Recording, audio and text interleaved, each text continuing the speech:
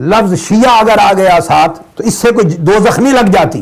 شیعہ ایک گروہ کو کہتے ہیں، وابستگی محبت رکھنے والے گروہ کو کہتے ہیں۔ موسیٰ علیہ السلام کے لیے بھی لفظ آیا ہے شیعہ کا، اور ہمارے کے درود پاک اولیاء اللہ کے طریقوں میں بھی اشیاءہی و احزابہی کے الفاظ آتے ہیں۔ اس لفظ میں کوئی کباہت نہیں ہے۔ تو میں کہنا چاہتا ہوں تشخص جس طرح کے چاہیں رکھیں، عنوان جو چاہیں رکھیں، بس ایک بات، صرف ایک بات میری درخواست سمجھ لیں، اللہ رسول کے نام پر، اے عزیزان محترم اہل تشیع کی نوجوان نسل، خدا خدا کے رسول کے لیے، سیدہ فاطمہ الزہرا کے نام پر، مولا علی شیر خدا کے نام پر، حسنین کریمین کے نام پر، اور جن کی شفاعت کا امیدوار ہوں قیامت کے دن، ان کے نام پر کہتا ہوں۔ باقی شناختیں رکھیں، بس ایک صحابہ کرام کی گستاخی کے عمل پر لعنت بھیج دے، اس کو ترک کر دے زندگی سے۔